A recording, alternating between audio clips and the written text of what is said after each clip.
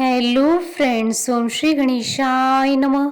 जय श्री कृष्णा। आप सभी का स्वागत है आपके ही अपने यूट्यूब चैनल पर।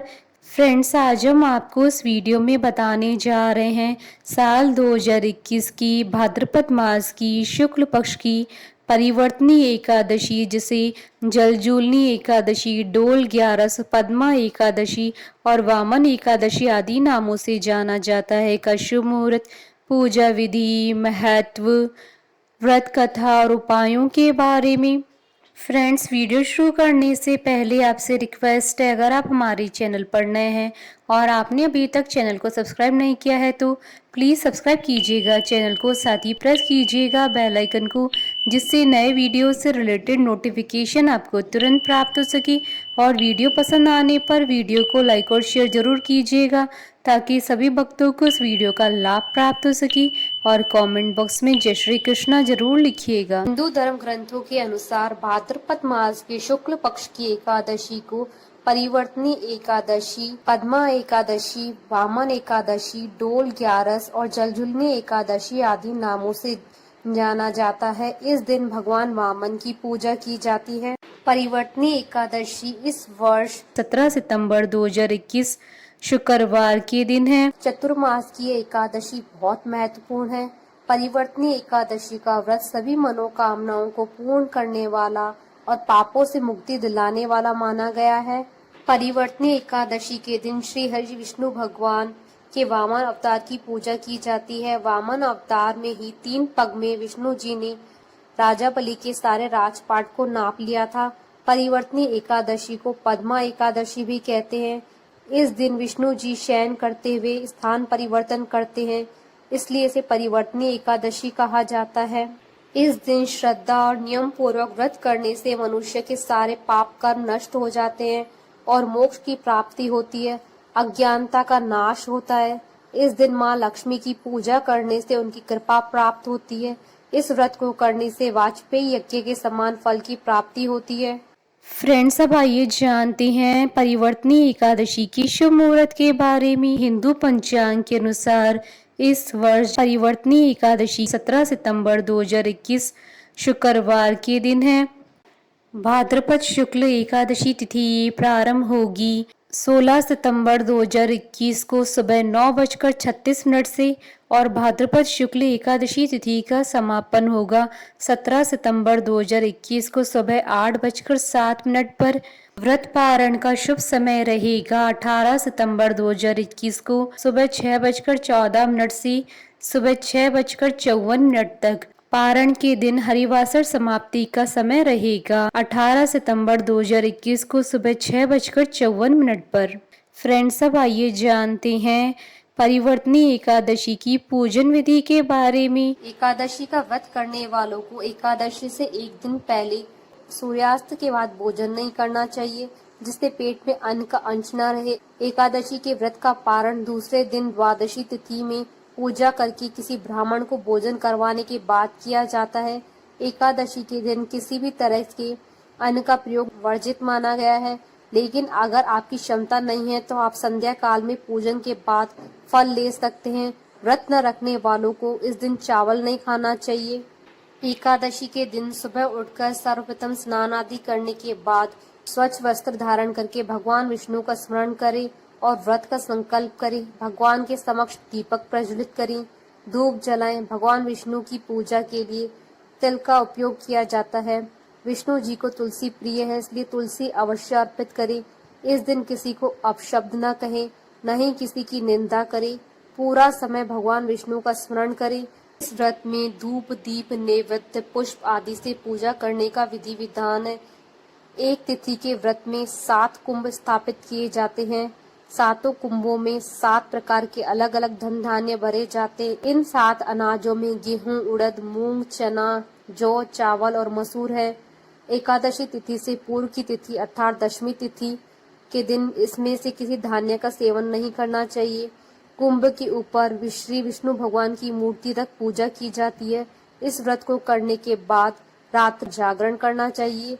यह व्रत दशमी तिथि से शुरू होकर द्वादशी तिथि तक किया जाता है, इसलिए इस व्रत की अवधि सामान्य व्रतों की तुलना में कुछ लंबी होती है। एकादशी तिथि के पूरे दिन व्रत कर अगले दिन द्वादशी तिथि के प्रातः काल में अन्न से भरा गड़ा ब्राह्मण को दान दिया जाता है। किसी ब्राह्मण को भोजन करवाकर दान दक्षिणा देकर विदा करें। इसके बाद व्रत का पारण करें। इस व्रत को करने से व्यक्ति के सुख सौभाग्य में बढ़ोतरी होती है। इस एकादशी के विषय में एक मान्यता यह भी है कि इस दिन माता यशोदा ने भगवान श्री कृष्ण के वस्त्र धोए थे।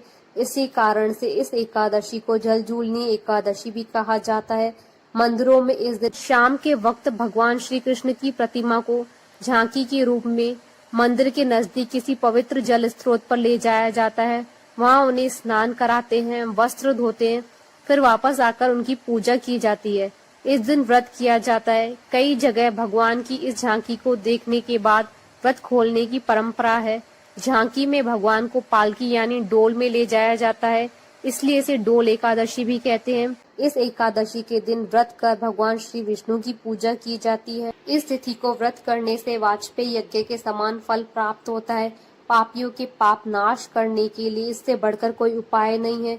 जो मनुष्य इस एकादशी को भगवान विष्णु के वामन रूप की पूजा करता है, उससे तीनों लोग पूज्य होते हैं।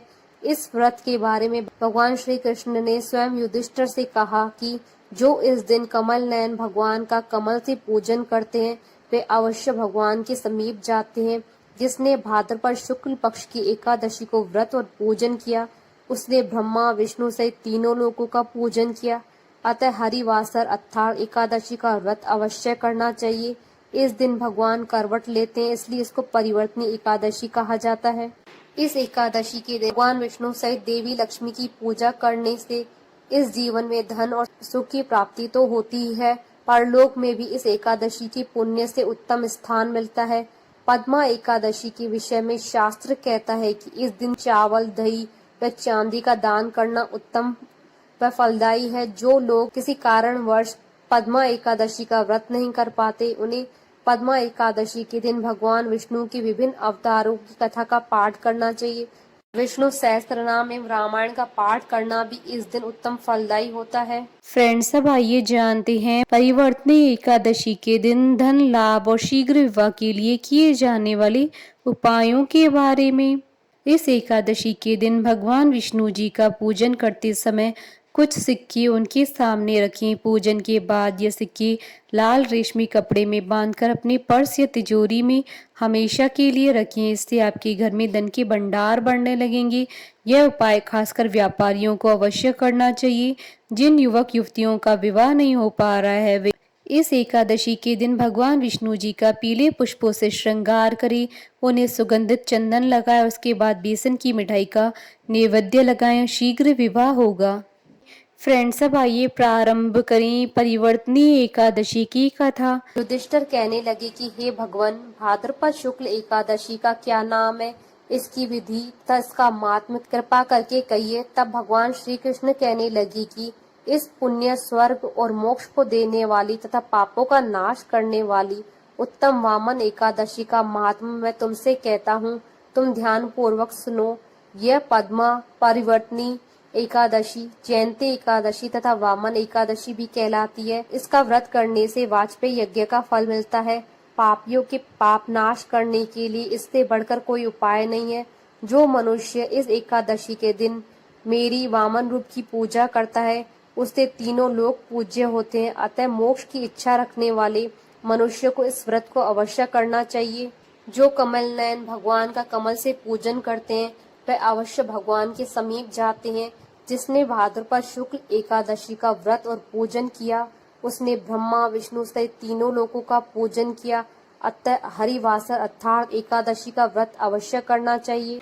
इस दिन भगवान करवट लेते हैं, इसलिए इसको परिवर्तनी एकादशी कहते हैं। भगवान के वचन सुनकर युधिष्ठिर बोले कि भगवान, मुझे अति संदेह हो रहा है कि आप किस प्रकार सोते और करवट लेते हैं तथा किस प्रकार राजा बलि को बांधा और वामन रूप रखकर क्या क्या लीलाएं की, चतुर्मास के व्रत की क्या विधि है तथा आपके शयन करने पर मनुष्य का क्या कर्तव्य है, सो आप मुझे विस्तार से बताइए। श्री कृष्ण कहने लगे कि हे राजन, अब आप सब पापों को नाश करने वाली कथा का श्रवण करें।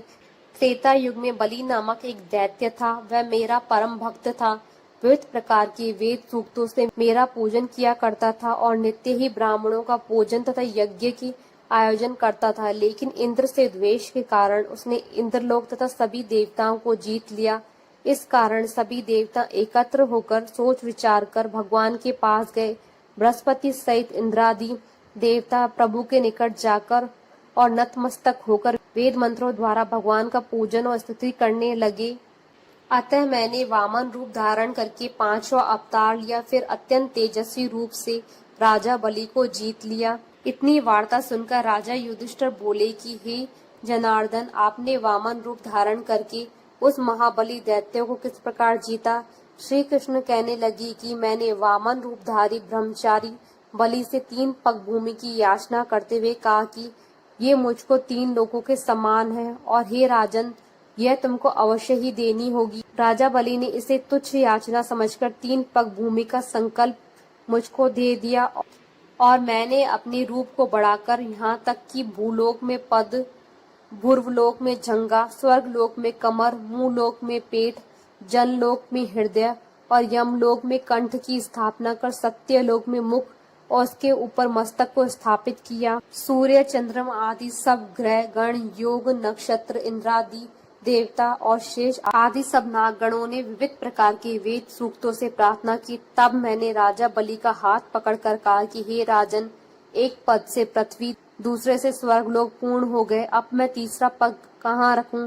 तब बलि ने अपना सिर झुका लिया और मैंने अपना पैर उसके मस्तक पर रख दिया, जिससे मेरा वह भक्त पाताल को चला गया। फिर उसकी विनती और नम्रता को देखकर मैंने कहा, हे बलि, मैं सदैव तुम्हारे निकट ही रहूंगा।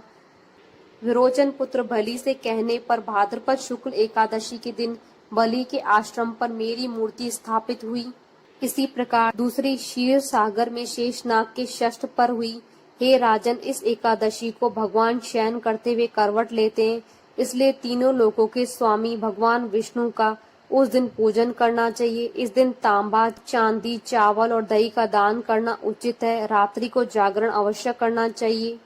जो विधि पूर्वक इस एकादशी का व्रत करते हैं वे सब पापों से मुक्त होकर स्वर्ग में जाकर चंद्रमा के समान प्रकाशित होते हैं और यश पाते हैं। जो इस पाप नाशक कथा को पढ़ते हैं और सुनते हैं उनको 1000 अश्वमेघ यज्ञ का फल प्राप्त होता है। एक अन्य कथा के अनुसार सूर्य वंश में मानधाता नामक चक्रवर्ती राजा हुए। उनके राज्य में सुख संपदा की कोई कमी नहीं थी।